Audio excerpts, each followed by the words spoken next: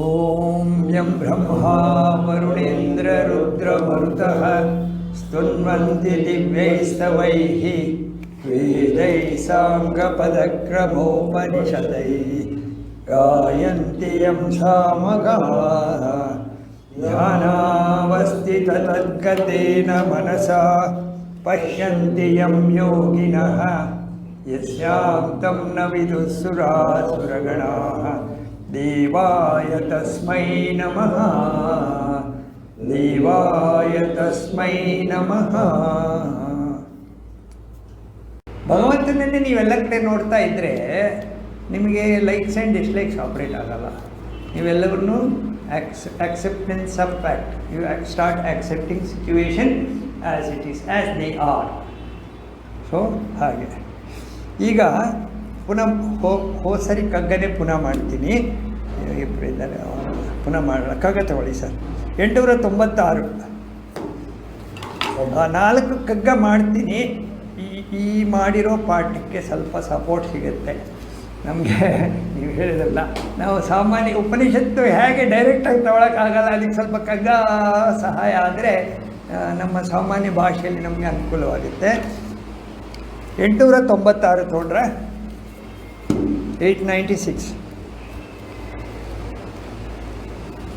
ಹೋದ ಸರಿ ಮಾಡಿದೆ, ಪುನಃ ಈ ಸರಿ ಮಾಡಬೇಕಂತ ನನಗೆ. ಅದೇ ಕ್ಲಾಸನ್ನು ನಾನು ಮಾಡಿರೋದ್ರಿಂದ 896 ಅದೇ ನಾವು ಮೆಟೀರಿಯಲ್ ವರ್ಲ್ಡ್ ಗ್ಲೋರಿಫೈ ಮಾಡಿಕೊಂಡೆಲ್ಲ ಹೊರಗಡೆ ಅದೇ ತಾನೇ. ಯಾರನ್ನು ಕೂಡ ನಾವು ಓಹೋ ನ್ಯೂಸ್ ಪೇಪರೆಲ್ಲ ಅದೇ, ಇನ್ನೇನಿಲ್ಲ. ನ್ಯೂಸ್ ಪೇಪರೆಲ್ಲ ಅಧ್ಯಾತ್ಮ ಬರೋಲ್ಲ. ಎಲ್ಲ ಒಂದು ಕಡೆ ಒಂದು ಲೈನಲ್ಲಿ ಮಂಕೋತೀವಿ, ಮನೆ ಕಗ್ಗ ಅಥವಾ ಏನೋ ಒಂದಿಷ್ಟು ಬರುತ್ತೆ ಅಷ್ಟೇ ಹೊರತು ಅಧ್ಯಾತ್ಮ ಜಾಸ್ತಿ. ಅವರಿಗೆ ಅಡ್ವರ್ಟೈಸ್ಮೆಂಟ್ ದುಡ್ಡು ಎಲ್ಲ ಇದಕ್ಕೆ ಇದರಲ್ಲಿ ಸಿಗಲ್ಲ. ಸೊ ಭೌತ ವಿಜ್ಞಾನ ವಿವರಗಳಿಂದ ಏನು ಆತ್ಮಂಗೆ. ಈಗ ಯಾರು ಬಂದು ನನಗೆ ಭೌತ ವಿಜ್ಞಾನಿ ಬಂದು ಹಂಗೆ ಹಿಂಗೆ ಅದೆಲ್ಲ ಆಯ್ತು, ಈಗ ನನಗೇನಾಗಬೇಕು? ನನಗೆ ಚಂದ್ರನ ಹತ್ರ ಹೋದ್ರೇನು, ಮಂಗಳನ ಹತ್ರ ಹೋದ್ರೆ ನನಗೇನಾಗಬೇಕು? ನಿಮ್ಮಲ್ಲಿರೋ ಪರಮಾತ್ಮ ತತ್ವ ನಿಮ್ಮ ಚಂದ್ರ ಮಂಗಳ ಈ ಥರ ಎಷ್ಟೋ ಸೋಲಾರ್ ಸಿಸ್ಟಮ್ ಏನೋ ಇದನ್ನೆಲ್ಲ ಸೇರ್ಕೊಂಡು ಒಳಗಡೆ ಇದೆ ಅದು ಅಲ್ಲಿ. ನೀವು ಮಂಗಳಗ್ರಹಕ್ಕೆ ಹೋಗಿ ದೊಡ್ಡ ಇದು ಮಾಡಿದ್ರೆ ನನಗೇನಾಗಬೇಕು? ಎಷ್ಟು ಲಕ್ಷ ಅದೇನೋ $1 ಬಿಲಿಯನ್ ಖರ್ಚಾದ್ರೆ ನನಗೇನಾಗಬೇಕು? ನೀವೇನು ಮಾಡಿ ಅಲ್ಲಿ ಹೋಗ್ಬಿಟ್ಟು ಒಂದು ಕಲ್ಲು ಎತ್ಕೊಬರ್ಬೇಕು. ನೀವು ಹೊಸಕೋಟೆಯಿಂದ ಒಂದು ಕಲ್ಲು ತೊಗೊಂಬನ್ನಿ, ಎಲ್ಲ ಅದೇ ಅಷ್ಟೇ, ಹೌದಲ್ವಾ? ಅಲ್ಲಿಂದ ತರೋದು ಅದನ್ನ ಹೊಸಕೋಟೆಯಿಂದ ಒಂದು ಕಲ್ಲು ಎತ್ಕೊಂಬಂದು ಎರಡು ಅದು ಅಲ್ಲಿದೆ. ಅದು ಮೆಟೀರಿಯಲ್, ಇದು ಮೆಟೀರಿಯಲ್, ಎಲ್ಲ ಮೆಟೀರಿಯಲ್, ಎಲ್ಲ ಸೋಲಾರ್ ಸಿಸ್ಟಮಲ್ಲಿ ಇದೆಲ್ಲ ಗುಂಡು, ಹೌದಾ? ಇದ್ರ ಒಳಗಡೆ ಇರೋದು ಎಷ್ಟೋ ಆ ಥರದ್ದು ಸೋಲಾರ್ ಸಿಸ್ಟಮ್ ಒಳಗಡೆ ಇದೆ. ಯಾವುದರಲ್ಲಿ? ನಮ್ಮೊಳಗಿದೆ, ಪರಮಾತ್ಮ ತತ್ವದಲ್ಲಿದೆ. ದ ಗ್ಲೋರಿ ಆಫ್ ದ ಸೋಲ್. ವಿವೇಕಾನಂದರು ಹೇಳ್ತಾರೆ, ನಿಮ್ಮ ಯಾವ ಗ್ಲೋರಿಫಿಕೇಷನ್ ಮಾಡಿದ್ರೂ ಅದು ನಿಮ್ಮ ಗ್ಲೋರಿ ಆಫ್ ದ ಸೋಲ್, ಅದು ಎದುರುಗಡೆ ಏನೂ ಇಲ್ಲ.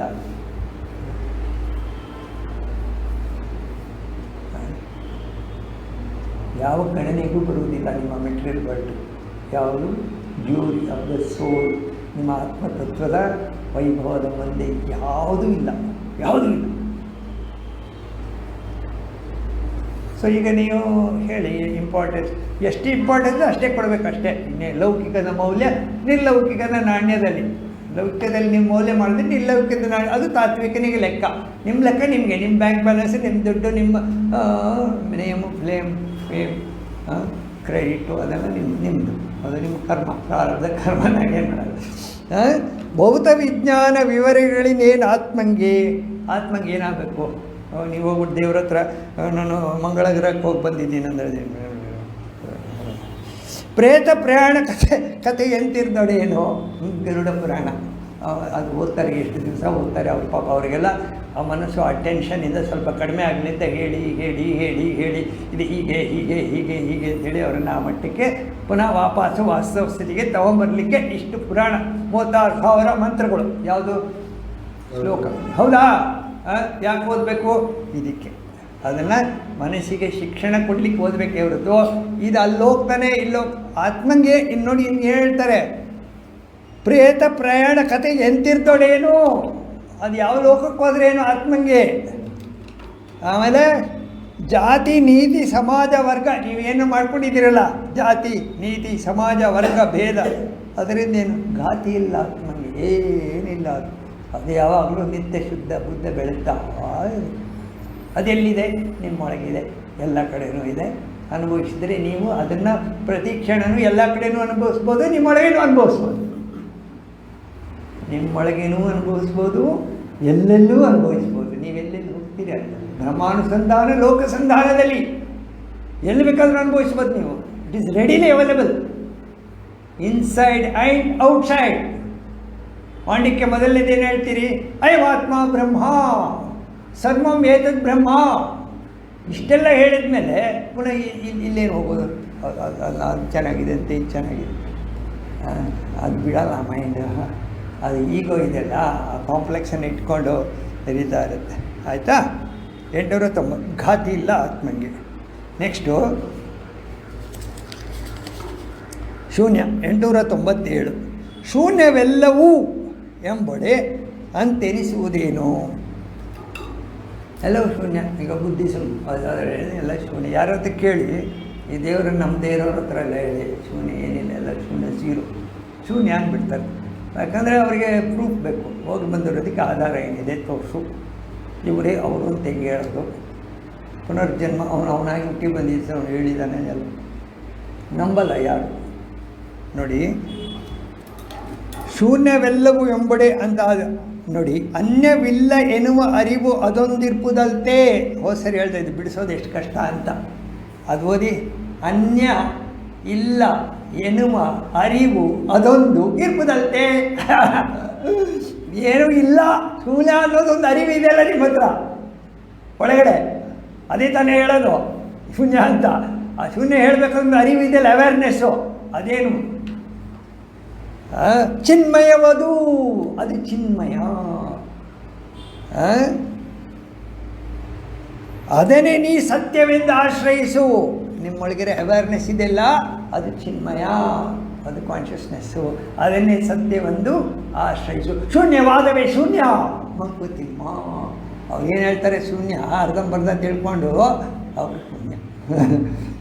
ನಿಮ್ಮೊಳಗಡೆ ಇರೋ ಅವೇರ್ನೆಸ್ ಇದೆಯಲ್ಲ. ನ ತತ್ರ ಚಕ್ಷುರ್ಗಚ್ಚತಿ ನ ವಾಗ್ಗಚ್ಚತಿ ನೋ ಮನಃ ನ ವಿದ್ಮಃ. ಕೇನೋಪನಿಷತ್ತು ಏನು ಹೇಳುತ್ತೆ? ಕೇನೇಷಿತಂ ವದತಿ ಪ್ರೇರಿತಂ ಮನಃ. ಮನಸ್ಸು ಯಾವುದರಿಂದ ಕೆಲಸ ಮಾಡ್ತಾ ಇದೆ, ಯಾವುದರಿಂದ ಕಣ್ಣು ನೋಡ್ತಾ ಇದೆ, ಯಾವುದರಿಂದ ಕಿವಿ ಕೇಳ್ತಾ ಇದೆ, ಅಲ್ಲಿಗೆ ಕಣ್ಣು ಹೋಗಲ್ಲ, ಅಲ್ಲಿಗೆ ಕಿವಿ ಹೋಗಲ್ಲ, ಅಲ್ಲಿಗೆ ಮನಸ್ಸು ಹೋಗಲ್ಲ, ಅಲ್ಲಿಗೆ ಬುದ್ಧಿ ಹೋಗಲ್ಲ. ಅದನ್ನು ಸತ್ಯವೆಂದು ಆಶ್ರಯಿಸು. ಶೂನ್ಯವಾದವೇ ಶೂನ್ಯ ಮಂಕುತಿಮ್ಮ.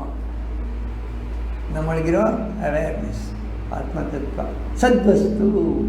ಎಚ್ಚರದಲ್ಲಿರುವಾಗ ಈ ರೀತಿ ಸದ್ವಸ್ತುವನ್ನು ನೋಡ್ಬೋದು, ಶಾಸ್ತ್ರದ ಮೂಲಕ ನೋಡ್ಬೋದು. ಹೌದಾ? ಒಮ್ಮೆ ಶಾಸ್ತ್ರದಲ್ಲಿ, ಒಮ್ಮೆ ಸಂಗೀತದಲ್ಲಿ, ಒಮ್ಮೆ ಸಂಸಾರದಲ್ಲಿ, ಮತ್ತೊಮ್ಮೆ ಮೌನದಲ್ಲಿ. ಬ್ರಹ್ಮಾನುಭವ ಯಾವ ಮಂಕುತಿಮ್ಮ. ಶಾಸ್ತ್ರದಲ್ಲಿ ಏನಾದ್ರು ನಿಮಗೆ ಅದು ಅನುಭವ ಸ್ವಲ್ಪ ಬಂದರೆ ಬ್ರಹ್ಮಾನುಭವ. ನಿಮ್ಮ ಸದ್ವಸ್ತು ನಿಮಗೆ ಅಲ್ಲಿ ಇದೆ ಅಂತ ಖಾತ್ರಿ ಆದರೆ ಬ್ರಹ್ಮಾನುಭವ. ಅಲ್ಲಿ ನೀವಿದ್ದರೆ ಒಂದು ಕ್ಷಣ ಬ್ರಹ್ಮಾನುಭವ. ಸೊ ಶೂನ್ಯವೆಲ್ಲೆಂಬಡೆ ಅಂತ ಅನಿಸುವುದೇನು? ಅನ್ಯವಿಲ್ಲ ಎನ್ನುವ ಅರಿವು ಅದೊಂದಿರ್ಪುದಲ್ತೆ. ಚಿನ್ಮಯವು ಅದು, ಅದನ್ನೇ ನೀ ಸತ್ಯದಿಂದ ಆಶ್ರಯಿಸು. ಶೂನ್ಯವಾದವೇ ಶೂನ್ಯ ಮಂಕುತಿಮ್ಮ. ಇನ್ನು 899. ಸೊ ನಿಮಗೆ ಸದ್ವಸ್ತು ಅದೇ ನಾವೇನಿದೆಯಲ್ಲ ನಿದ್ರೆದು, ಅದು ಸ್ವಲ್ಪ ಹತ್ತಿರ ಹೋಗ್ತಾ ಇದ್ದೀವಿ. ಜಗದೀ ಜಗತ್ವವನು, ಜಗದೀ ಜಗತ್ವವನು, ಜಗತ್ತಿನಲ್ಲಿ ಜಗತ್ವ. ಏನು ಜಗತ್ವ ಇದು? ನಾಮ ರೂಪ ಕರ್ಮ ಪ್ರಪಂಚ. ಹೌದಾ? ಜಗತ್ತಿನ ಹೇಗೆ ಹೇಳ್ತೀರ ನೀವು? Name and form. ನಾಗರಾಜು ಅಥವಾ ಕಿಟಕಿ ಅಥವಾ ಬಾಗಿಲು, ಅದು ಮನೆ ನೇಮ್, ಫಾರ್ಮ್ ಅಥವಾ ಆ್ಯಕ್ಟಿವಿಟಿ, ಇಷ್ಟೇ. ಅದು ಜಗತ್ವ. ಈ ಜಗತ್ವವನ್ನು ಬಿಸಾಕು. ಜಗದೀ ಜಗತ್ವವನು ಮಾಯಾ ವಿಚಿತ್ರ. ಇದು ಮಾಯೆ. ನೀವೇನು ಕಾಣ್ತಾ ಇದೆ ಹೊರಗಡೆ, ಅಲ್ಲೆಲ್ಲ ಮಾಯೆ. ಒಗೆದು ಆಚೆ ಬಿಸಿದು ಎಲ್ಲ ಕರಣವೇದ್ಯವನು. ಇಂದ್ರಿಯಗಳಿಗೆ ಏನೇನು ಗೋಚರವಾಗ್ತಾ ಇದೆ ಅದನ್ನೆಲ್ಲ ಆಚೆ ಬಿಸಾಡು. ಯಾಕೆ ಆಚೆ ಬಿಸಾಡಬೇಕು? ಇಂದ್ರಿಯಗಳಿಗೆ ಗೋಚರವಾಗುವುದೆಲ್ಲ ಮಾಯೆ.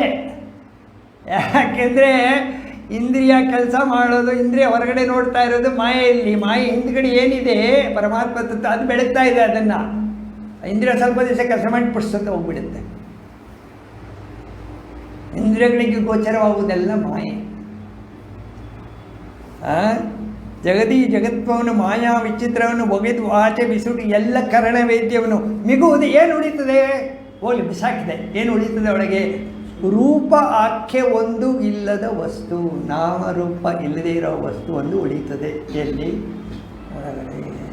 ಹೋಗಿಸಾ ಕಡೆಗೆ ಮಧ್ಯ ಅಲ್ಲಿ ಹೋಗು, ಒಳಗೆ ಹೋಗು. ಅಲ್ಲಿ ಹೋಗುದು ಹೇಗೆ? ಅಲ್ಲಿ ಹೋಗುದು ಹೇಗೆ? ಹೋಗಿಸಾ ಕಡೆಗೆ ಮಧ್ಯ ಅಂತ ಹೇಳಿಬಿಟ್ರು, ಹೇಗೆ ಹೋಗುದು? ಕಮನ್. ನಿದ್ದೆಯಲ್ಲಿ ಹೋಗಲ್ವಾ? ನಿದ್ದೆಯಲ್ಲಿ ಹೋಗ್ತೀರಾ ಇಲ್ವಾ? ನಿದ್ದೆಯಲ್ಲಿ ನಿಮ್ಮ ಪ್ರಯತ್ನ ಇಲ್ಲದೇ ಹೋಗ್ತೀರಾ ಇಲ್ವಾ? ಪ್ರಯತ್ನ ಮೂಲಕ ಹೋಗಿ. ಈಗ ಪ್ರಯತ್ನ ಮೂಲಕ ಹೋಗಬೇಕಾದ್ರೆ ಏನು ಮಾಡಬೇಕು? ಆಸೆ ಆಕಾಂಕ್ಷೆಗಳು ಸ್ವಪ್ನಗಳು ಬಿಟ್ಬಿಡ್ಬೇಕು. ನಿದ್ರೆಯಲ್ಲಿ ಆಸೆ ಆಕಾಂಕ್ಷೆಗಳಿಲ್ಲ, ಸ್ವಪ್ನ ಇಲ್ಲ. ಇಲ್ಲಿ ಆಸೆ ಆಕಾಂಕ್ಷೆಗಳಿಲ್ಲ, ಸ್ವಪ್ನ ಇಲ್ಲ, ಬರೀ ಅವೇರ್ನೆಸ್ಸು, ಸದ್ವಸ್ತು. ಜಗದಿ ಜಗತ್ವವನ್ನು ಮಾಯಾ ವಿಚಿತ್ರವನ್ನು ಒಗೆದಾಚೆ ಬಿಸುಟೆಲ್ಲ ಕರಣ ವೇದ್ಯವನ್ನು ಮಿಗುವುದೇ ರೂಪಾಖ್ಯೆ ಒಂದು ರೂಪ ಆಖ್ಯೆ ನಾಮರೂಪ ಇಲ್ಲದ ವಸ್ತು ಒಗಿಸು ಆ ಕಡೆಗೆ ಮತಿಯ. ಇದು ಲಾಸ್ಟ್ ಕಗ್ಗ ಓದಿ ನಿಲ್ಲಿಸ್ತೀನಿ. ಸುತ್ತಮುತ್ತಣ ಗಾಳಿ, ನಮ್ಮ ಸುತ್ತಮುತ್ತ ಗಾಳಿ ಇದೆ ಗೊತ್ತಾ? ನಮ್ಮ ಸುತ್ತಮುತ್ತ ಗಾಳಿ ಇದೆ ಗೊತ್ತಾ? ಎಲ್ಲಿವರೆಗೆ ಗಾಳಿ ಇದೆ? ನಮ್ಮ ತಲೆ ಮೇಲೆ ಎಷ್ಟು ಹೈಟ್ವರೆಗೆ ಗಾಳಿ ಇದೆ ಗೊತ್ತಾ? 65 ಮೈಲ್ಸ್ ಏರಿದೆ ಅಲ್ಲ ವಾತಾವರಣ, ಏರು. ನಮ್ಮ ತಲೆ ಮೇಲೆ 65 ಮೈಲ್ ಎತ್ತರದವರೆಗೂ ಏರಿದೆ. ನಮ್ಗೆ ಆಗುತ್ತಾ? ತೂಕ ಫೀಲ್ ಆಗುತ್ತಾ ನಿಮಗೆ? ಯಾಕಾಗಲ್ಲ? ನಿಮ್ಮನ್ನು ಯಾರೋ ಎತ್ಕೊಂಡಿದ್ದಾರೆ, ಆ ಗಾಳಿನ ಯಾರೋ ಎತ್ಕೊಂಡಿದ್ದಾರೆ.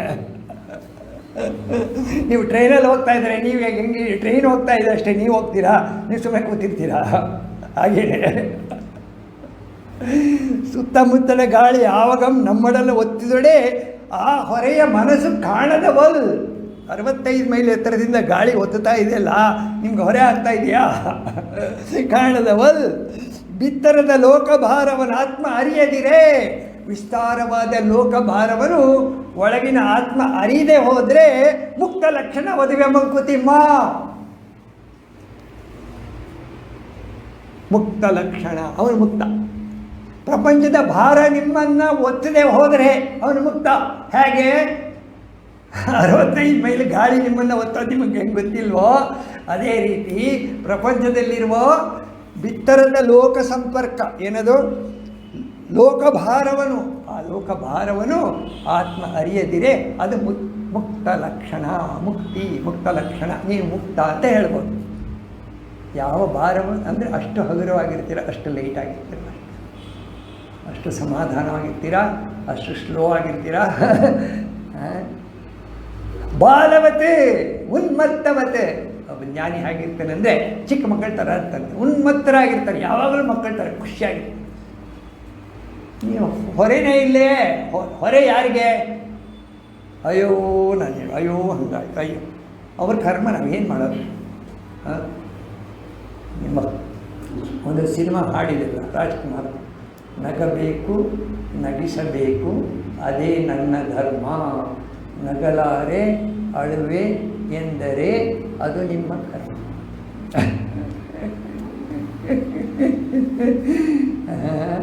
ಮುಕ್ತ ಲಕ್ಷಣವಲ್ಲಿ ಚೆನ್ನಾಗಿ, ತುಂಬ ಚೆನ್ನಾಗಿದೆ. ಸುತ್ತಮುತ್ತನ ಗಾಳಿ ಯಾವಾಗ ಒತ್ತಿದೊಡಂ ಒತ್ತಿದೊಡ ಆ ಹೊರೆಯ ಮನಸ್ಸಿಗೆ ಆ ಹೊರೆ ಕಾಣದೇ ಇಲ್ಲ ನಿಮಗೆ. ಬಿತ್ತರದ ಲೋಕ ಭಾರ ಆತ್ಮ ಅರಿಯದಿರೆ ಮುಕ್ತ ಲಕ್ಷಣ, ಅದು ಮುಕ್ತ ಲಕ್ಷಣವದಿವಿ. ಇದನ್ನೇ ಸ್ವಲ್ಪ ಇನ್ನೂ ಡೆವಲಪ್ ಮಾಡಬೇಕು ಅಂತಿದ್ದೀವಿ. ಮುಂದಿನ ಕ್ಲಾಸಲ್ಲಿ ನೋಡೋಣ. ಸುಷುಪ್ತಾವಸ್ಥೆಯಲ್ಲಿ ತುಂಬ ವಿಷಯ ಇದೆ ತಿಳ್ಕೊಳ್ಳೋವಂಥದ್ದು. ನಮಗೆ ಹತ್ತಿರವಾಗಿ ನಮ್ಮ ಅನುಭವಕ್ಕೆ ಬರೋದು ಸುಷುಪ್ತಾವಸ್ಥೆ. ಡೈಲಿ ನಿದ್ದೆಗೆ ಹೋಗುವಾಗ ಕೆಲವು ಕ್ಷಣ ಈ ರೀತಿ ಆಲೋಚನೆಗಳನ್ನು ಇಟ್ಕೊಂಡು ನಿದ್ದೆಗೆ ಹೋದರೆ ನನಗನ್ನಿಸಿ ನಿಮಗೆ ಟ್ಯಾಬ್ಲೆಟ್ ಬೇಕಾಗಿಲ್ಲ ಯಾರು. ಅಕಸ್ಮಾತ್ ಯಾರಿಗಾರು ನಿದ್ದೆ ಬರದೇ ಹೋದರೆ ಈ ಥರ ಆಲೋಚನೆಗಳ ಮನಸ್ಸಿಗೆ ಬಂದರೆ ಮನಸ್ಸು ಹಗರಾಗ್ಬಿಡುತ್ತೆ, ಹೋಗ್ಬಿಡುತ್ತೆ, ಮನಸ್ಸೇ ಇರೋದಿಲ್ಲ. ನಮಗೆ 5:30 ಈಗ ನನಗೆ ಆಕಳಿಕೆ ಬರೋಕ್ಕೆ ಶುರುವಾಗುತ್ತೆ, ನಿದ್ದೆ ಬರೋದು. 3 ಗಂಟೆಗೆ ಎದ್ದಿರ್ತೀನಲ್ಲ, ಬೇಗ ಎಲ್ಲ ಮುಗಿಸ್ಕೊಂಡು ಪಾತ್ರೆ ತೊಗೊಂಡು 6:45 ಮಲಗಿಬಿಟ್ರೆ ಗೊತ್ತೇ ಇಲ್ಲ ನಿದ್ದೆ. 3 ಗಂಟೆವರೆಗೂ ಯಾಕೆ ಕಷ್ಟ? ಯಾಕೆ ನಿದ್ದೆ ಕಷ್ಟ? ಯಾರು ಇದನ್ನೆಲ್ಲ ಒತ್ಕೊಳ್ಳೋಕೆ ಹೇಳಿದ್ದು? ಲೋಕಭಾರವನ್ನು ಯಾರು ಹೊತ್ಕೊಳ್ಳೋಕೆ ಹೇಳಿದ್ದು ನಿಮಗೆ? ಕತ್ತೆಗೂ ಕೂಡ ನೀವು ಸ್ವಲ್ಪ ಹೊತ್ತು ಭಾರ ವರ್ಷ ಆಮೇಲೆ ಇಳಿಸ್ಬಿಡ್ತೀರಾ, ಬಟ್ ನೀವು ಮಾತ್ರ ಯಾವಾಗಲೂ ಹೊತ್ಕೊಂಡೇ ಇರ್ತೀರ.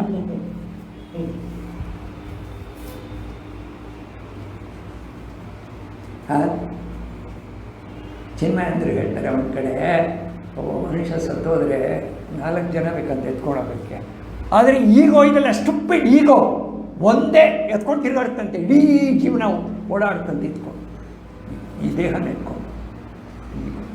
ಅಷ್ಟು ಶಕ್ತಿ ಅದಕ್ಕೆ.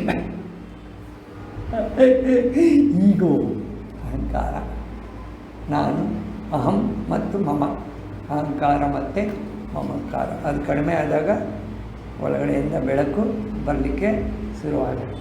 ಆವಾಗ ಆನಂದ ತನ್ನಿಂತಾನೇ ಆನಂದದ ಅಂಶ ಜಾಸ್ತಿ ಆಗಲಿಕ್ಕೆ ಶುರುವಾಗುತ್ತೆ. ನಿಮ್ಗೆ ಇರಲಿ ಇಲ್ಲದೆ ಹೋಗಲಿ, ನಿಮ್ಮ ಡಿಸೈರ್ ಆಗಲಿ ಆಗದೆ ಹೋಗಲಿ, you will be happy, will be neutral to the world.